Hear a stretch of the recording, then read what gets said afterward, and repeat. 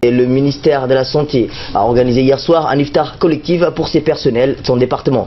À ce titre, le ministre de la Santé a invité également les partenaires au développement, à savoir l'ambassadeur de Cuba, la représentante de l'OIM, le représentant de l'OMS et la représentante de l'UNICEF. Organisé dans le but de rassembler les différentes entités de la santé dans un esprit de convivialité, de fraternité, de partage tout ensemble dans la joie pour la lecture du jeûne dans ces mois bénis du Ramadan. Dans une brève allocution, le ministre de la Santé, Dr Jami El-Mouki, a remercié l'ensemble des personnels de son département. On l'écoute. Cela, c'est quelque chose de vraiment appréciable. Je peux en dire combien on fait le travail. Par exemple, Saad a trouvé des enfants qui ont des problèmes d'oreilles incroyables. Des autres ont trouvé des problèmes, des enfants qui ont des problèmes des yeux, des personnes avec des problèmes de malnutrition, ainsi que d'autres. D'autres ont prodigué des opérations sur place. Et tout cela va vers eux, c'est leur mérite. Et c'est le mérite de tous les départements.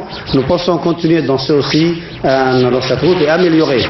Nous allons, Inch'Allah, au sein du département, faire le plus d'efforts possible vers le personnel. Nous, notre devoir, c'est de vous servir à vous.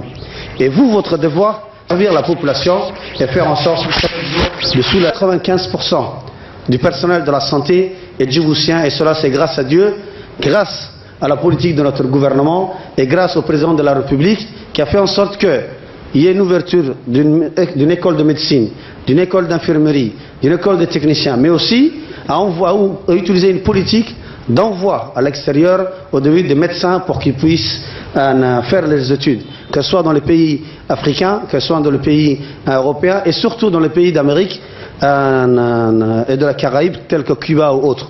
Et aujourd'hui les fruits sont là. Et Djibouti est fier.